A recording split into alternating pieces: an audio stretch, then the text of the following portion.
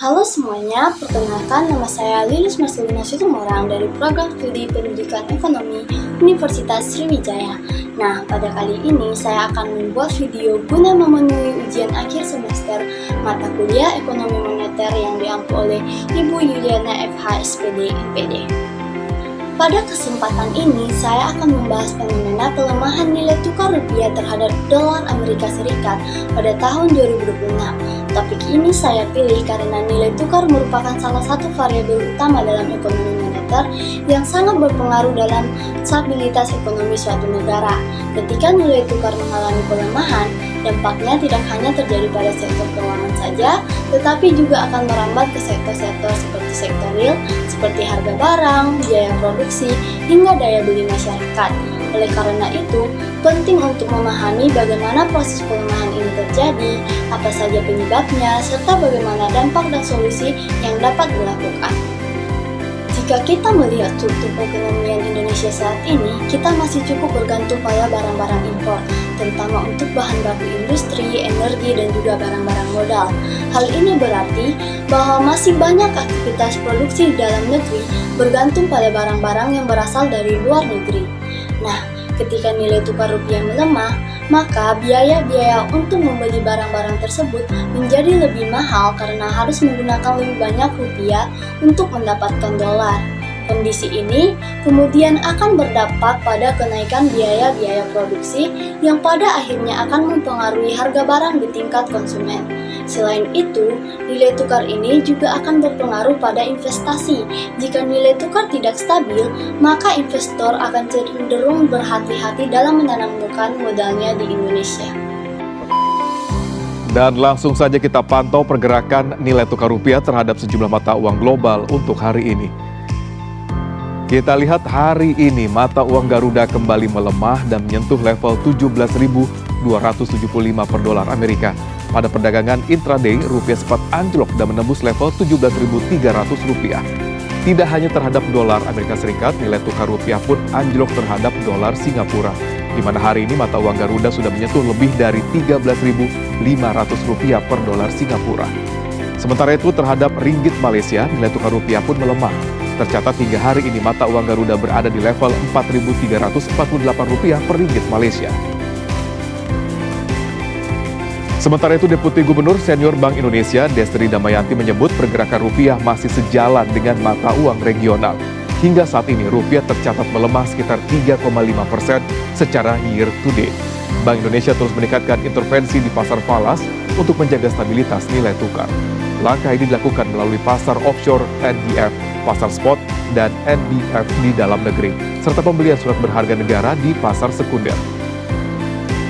Bank Indonesia juga memastikan cadangan devisa nasional tetap kuat yang pada akhir Maret 2026 mencatat 148,2 miliar dolar Amerika Serikat.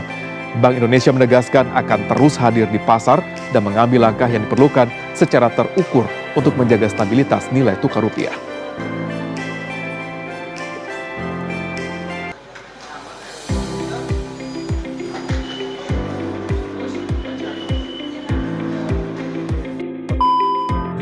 Pada pertengahan April 2026, rupiah mengalami pelemahan yang cukup signifikan hingga mencapai 17.100 sampai 17.300 per dolar Amerika Serikat. Jika dibandingkan dengan periode sebelumnya, angka ini menunjukkan kondisi yang sangat lemah dan bahkan melampaui beberapa periode sebelumnya. Hal ini menandakan bahwa tekanan terhadap rupiah tidak bersifat biasa, tetapi juga merupakan hasil dari akumulasi beberapa faktor yang cukup kompleks. Pelemahan ini juga terjadi dalam waktu yang relatif cepat, yang menunjukkan bahwa sentimen pasar terhadap rupiah sedang sangat negatif. Dalam ekonomi moneter, kondisi ini biasanya akan berkaitan dengan perubahan-perubahan ekspektasi investor terhadap kondisi ekonomi suatu negara. Penyebab pelemahan rupiah dapat dijelaskan dari beberapa faktor utama yang saling berkaitan. Yang pertama adalah capital outflow, yaitu keluarnya modal dari dalam negeri ke luar negeri karena investor mencari keuntungan yang lebih tinggi atau risiko yang lebih rendah. Yang kedua adalah Dolar Amerika Serikat berperan sebagai safe haven, yaitu aset yang dianggap aman dalam kondisi ketidakpastian global. Yang ketiga adalah kenaikan suku bunga di Amerika Serikat membuat investasi di sana menjadi lebih menarik dibandingkan di negara-negara berkembang seperti Indonesia. Yang keempat adalah ketegangan geopolitik. Ketegangan geopolitik global meningkatkan ketidakpastian ekonomi sehingga investor akan menjadi lebih berhati-hati untuk berinvestasi. Yang kelima adalah meningkatnya permintaan dolar untuk kebutuhan impor dan transaksi internasional juga memperbesar tekanan terhadap rupiah. Nah, semua faktor-faktor ini menyebabkan permintaan terhadap dolar akan semakin meningkat secara signifikan sehingga nilai tukar rupiah akan melemah. Jika dijelaskan secara sederhana, pelemahan rupiah ini terjadi karena meningkatnya permintaan terhadap dolar. Ketika banyak pihak yang membutuhkan dolar, maka mereka akan menukar rupiah dengan dolar dalam jumlah yang sangat banyak. Akibatnya, jumlah rupiah di pasar akan meningkat, sementara permintaan terhadap rupiah akan menurun. Kondisi ini akan menyebabkan ketidakseimbangan di pasar valuta asing. Dalam situasi seperti ini, nilai rupiah akan mengalami turun atau mengalami depresiasi. Semakin besar permintaan terhadap dolar, maka semakin besar pula tekanan terhadap rupiah. Dampak dari pelemahan rupiah sangat terasa dalam kehidupan sehari-hari. Yang pertama adalah harga barang impor menjadi lebih mahal karena diperlukan lebih banyak rupiah untuk membeli dolar. Yang kedua adalah kondisi ini menyebabkan yaitu inflasi yang berasal dari kenaikan harga barang-barang impor. Dan yang ketiga adalah perusahaan yang menggunakan bahan baku impor akan mengalami kenaikan biaya-biaya produksi. Dan yang keempat adalah untuk biaya tersebut, perusahaan akan menaikkan harga jual barang yang mengakibatkan masyarakat harus membayar lebih mahal sehingga daya beli masyarakat akan menurun juga. Proses dampak ini terjadi secara bertahap dalam perekonomian. Awalnya pelemahan rupiah hanya terjadi di pasar valuta asing, tetapi kemudian berdampak pada kenaikan harga impor. Selanjutnya kenaikan harga impor ini akan menyebabkan biaya produksi akan meningkat secara signifikan juga pada sektor industri. Hal ini mendorong kenaikan harga barang dan jasa di pasar. Nah, pada kasus ini, Bank Indonesia memiliki peran penting dalam menjaga stabilitas nilai tukar rupiah. Salah satu langkah yang dilakukan adalah intervensi di pasar valuta asing, yaitu dengan menjual cadangan dolar untuk menahan pelemahan rupiah. Selain itu juga, Bank Indonesia juga dapat menaikkan suku bunga agar lebih menarik bagi investor untuk menanamkan modalnya di Indonesia. Dalam hal ini, dengan meningkatnya aliran modal masuk, permintaan terhadap rupiah akan meningkat dan juga akan memperkuat nilainya. Cadangan devisa juga menjadi alat penting dalam menjaga kepercayaan pasar terhadap kondisi ekonomi yang terjadi pada saat ini.